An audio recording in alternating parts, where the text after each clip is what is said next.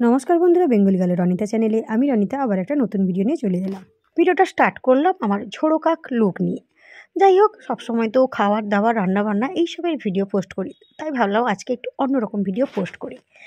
আমি এখন চলে এসেছি আমাদের চেনা পরিচিত নাচিন্দা মন্দিরে। যাদের পূর্ব মেদিনীপুরে বাড়ি তারা তো নাচিন্দা মন্দির চেনো, তাই না? কমেন্ট করে জানিও, বুঝলে? তো এখন মন্দিরে চলে এসেছি। এখন বাজে দুপুর ওই 12:30টার কাছাকাছি এরম হবে হয়তো।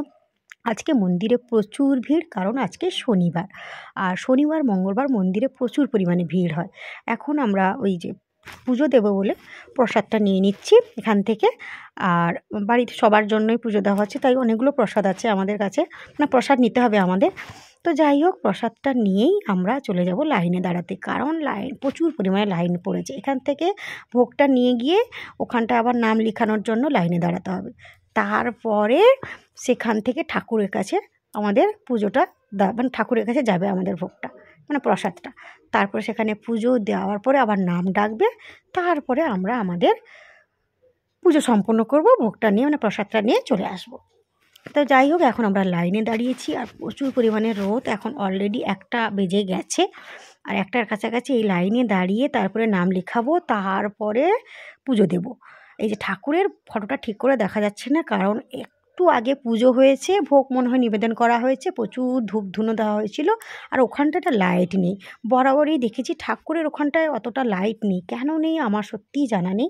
হ্যাঁ, আমরা মোটামুটি এখন পুজো মানে দেওয়ার জন্য দিয়ে দিয়েছি, প্রসাদটা দিয়ে দিয়েছি। এবার লাইনে দাঁড়িয়ে আছি, মানে ভিড়ের মধ্যে দাঁড়িয়েছি, আমাদের কখন নাম ডাকবে, দিলে আমরা প্রসাদটা নেব। পুজো দেওয়ার পরে যে প্রসাদটা দেবে ওটা নেব। প্রচুর ভিড় দেখো তোমরা, এদিকে গরমও লাগছে, এই ভিড়ের মধ্যে দাঁড়াতে হচ্ছে। একদিকে পুষ্পাঞ্জলি দিচ্ছে সবাই, আবার একদিকে পুজো দিচ্ছে। তো যাই হোক, পুজো দেওয়া শেষ।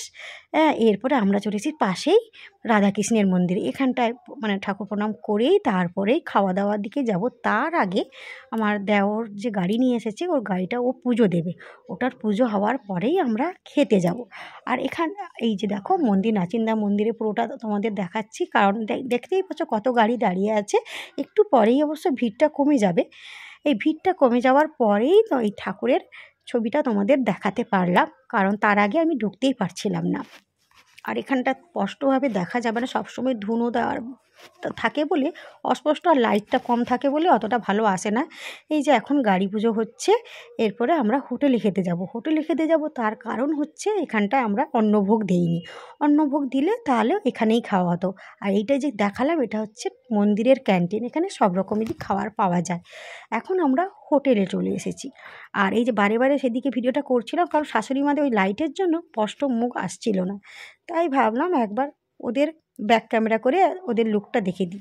ভিডিওটা ভালো লাগলে একটা লাইক করো, কমেন্ট করো, আর খুব ভালো লাগলে একটু শেয়ার করো। টাটা।